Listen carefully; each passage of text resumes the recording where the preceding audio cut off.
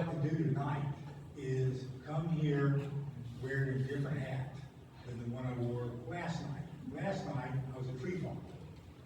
Tonight, I am the environmental scientist that NCDOT coined me as the unique environmental scientist because there wasn't much of anybody in the United States like me.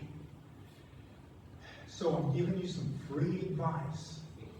By the way, my rate back in the early 2000s, after I retired from state government, was mighty high. So you're getting free advice, which is pretty unique these days, isn't it? Okay, so here's my advice. I want to expand upon what I said last night. What I said last night was the North Carolina State Endangered Species Act having to do with wildlife creatures in North Carolina, not the plants, not insects, not a lot of other things that go bump in the night, but the basic creatures within our ecosystems in North Carolina. That act forbids the state, North Carolina Wildlife Resources Commission, from going after landowners if they're developing their land. Enbridge is not a landowner. Even if you eminent domain our properties ultimately, you are not a landowner. We still own that land. So therefore, the full weight of the State Endangered Species Act applies. I'm telling you right now, as a former environmental scientist who worked for Duke Energy, Dominion, and all these various companies that you have hired to do your work, we used to do work for them once I retired from state government throughout the Southeast. So I'm giving you really good advice. You guys, from the get-go, should not have chosen the Rocky River Subbasin for your line. I know that the state statute says you can do whatever you want to do with taking people's property because you are a gas company, gas transmission line company. Which, in your arrogance, you forgot to check with the Natural Heritage Program from the get-go with this project. You should have done so. As a state institution that maintains information on all of the state listed species, all of their records, everything for the entire state of North Carolina, it would have cost you a pit to acquire that data for just Chatham County, because that's where your project is. So these are your species that you're going to have to address. If you can finagle things politically so that you think that you don't have to address them, that action will come back and bite you because there are legal entities that will go after you over and over again because you're violating the State Endangered Species Act. And you know that this is the first time since I helped write that act that I have found somebody to sick that act on.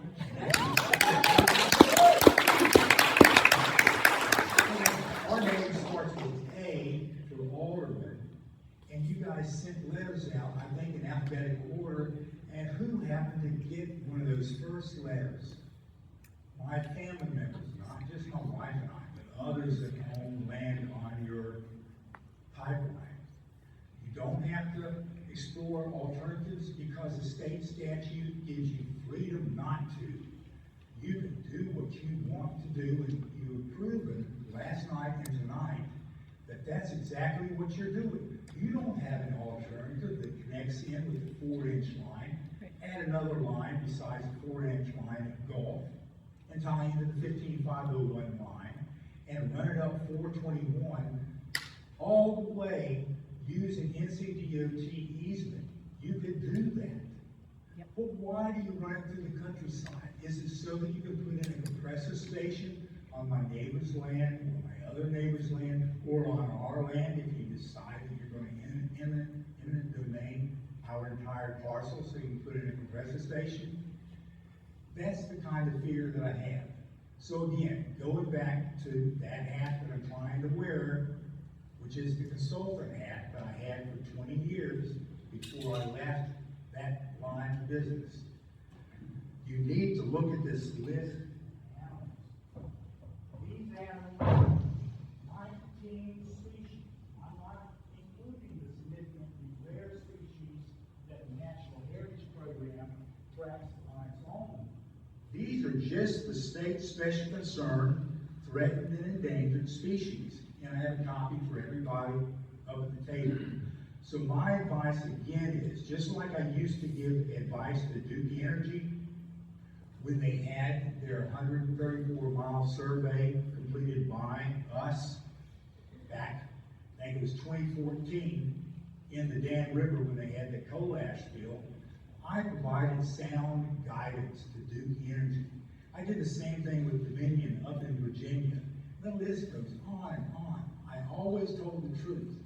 And the truth is, you guys need to explore the alternatives, because if you don't, you're going to make some really, really serious mistakes that will catch you in court, and the politics will come back and bite you, because the politicians in Raleigh are paying very close attention to eminent domain issues, these kinds of situations that citizens are being put through, and particularly farmland impacts.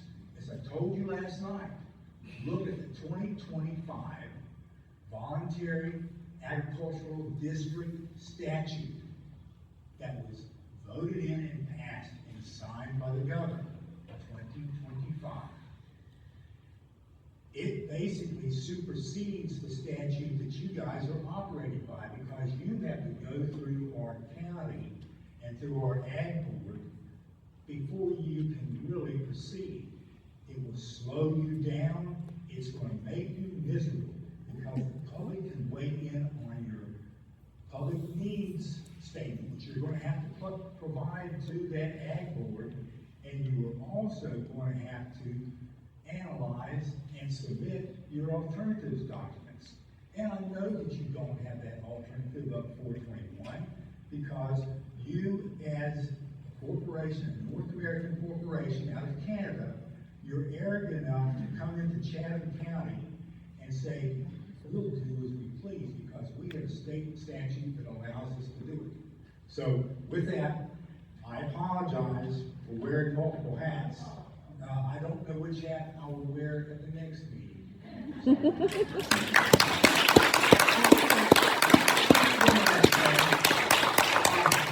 In my spare time, I do read shareholder reports.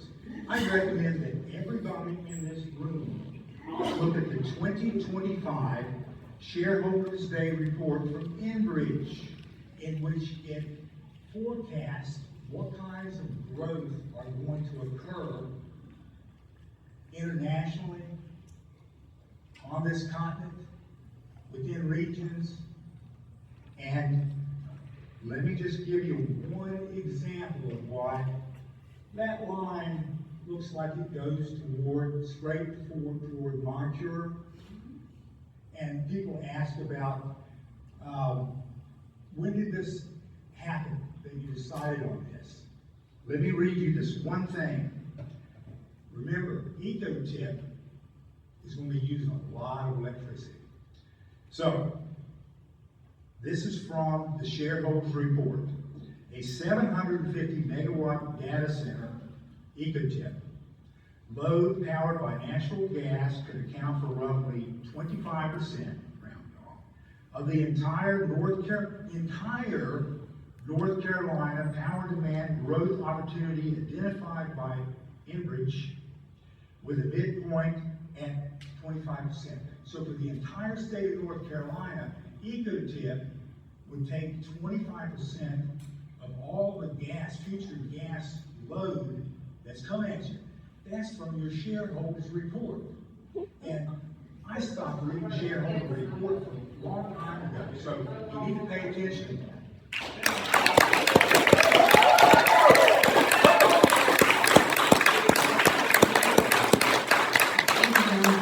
I just want to confirm, you said that it is going through the Haw River on the proposed road? Is that correct? So the same Haw River that provides drinking water to nearly 1 million people in this area? We can't handle a leak on that, and we can't handle the impacts from it either. And you all seem like nice people, but this is not a nice project. and it is not gonna have good impacts for our community. It's gonna be environmentally devastating. It's dirty to get out of the ground, it's dirty to get it around, and this is, you had something in your company slogan about providing energy that enhances quality of life. This does not enhance our quality of life. It's not in the public interest, and we don't want it.